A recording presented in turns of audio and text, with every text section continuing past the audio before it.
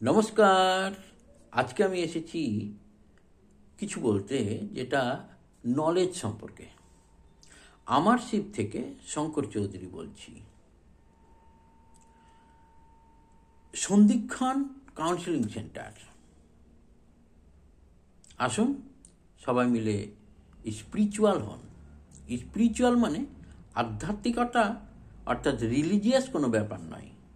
চরিত্র গঠনের যে সম্পূর্ণ গুণ, তাকে বলিষ্ঠ করাই হচ্ছে স্পিরিচুয়ালিটি। তো knowledge is nothing but understanding. অর্থাৎ নলেজ কিছুই না, নলেজ হচ্ছে কিছু বোঝার জিনিস, সেটা ভালো পথে নিয়ে যাওয়া, সেটাকেই আমরা বলছি নলেজ। খারাপ পথে নিয়ে গেলে সেই নলেজটা হয়ে যাবে ফলস ফ্রাইট। অর্থাৎ যখনই নলেজটা একটা টুলসে পরিণত হয়ে যাবে যেটা ধ্বংসাত্মক, সেটা ফলস প্রাইডে পরিণত হয়ে যাবে। যদি সেই নলেজের মধ্যে কোনো মোরালিটি, অর্থাৎ নৈতিকতা আর স্পিরিচুয়ালিটি বা স্পিরিচুয়াল ভ্যালুস যদি সেই নলেজে না থাকে, সেটা হয়ে যাবে ধ্বংসাত্মক। আমাদের প্রতিটা মুহূর্ত কিছু না কিছু শিখতে হয়। তা আমরা প্রতিটা মুহূর্তকে এক্সপিরিয়েন্স করব।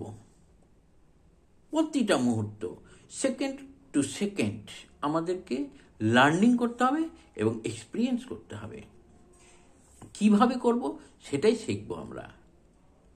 এই স্পিরিচুয়াল আমাদের সন্ধিক্ষণ, আমার শিবের পক্ষ থেকে সন্ধিক্ষণ কাউন্সেলিং সেন্টারে আমি এই নিয়ে আলোচনা করি। আর নলেজ আসে কোথা থেকে? Knowledge comes from experience or learning.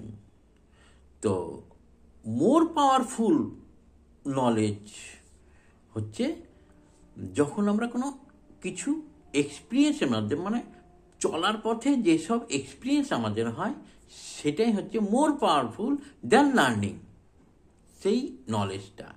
কিন্তু সেই নলেজটা আমি বললাম একটু আগে যে ধ্বংসাত্মকে পরিণত হয়ে যাবে যখন আমাদের ইগো হয়ে যাবে, নলেজের একটা অহংকার হয়ে যাবে।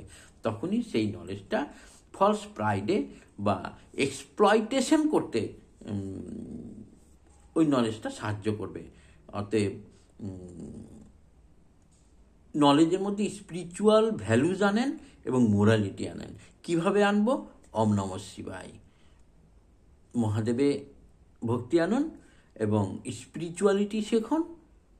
স্পিরিচুয়ালিটি কোনো রিলিজিয়াস নয়, এটা হচ্ছে চরিত্র গঠনের একটা টুলস। এবং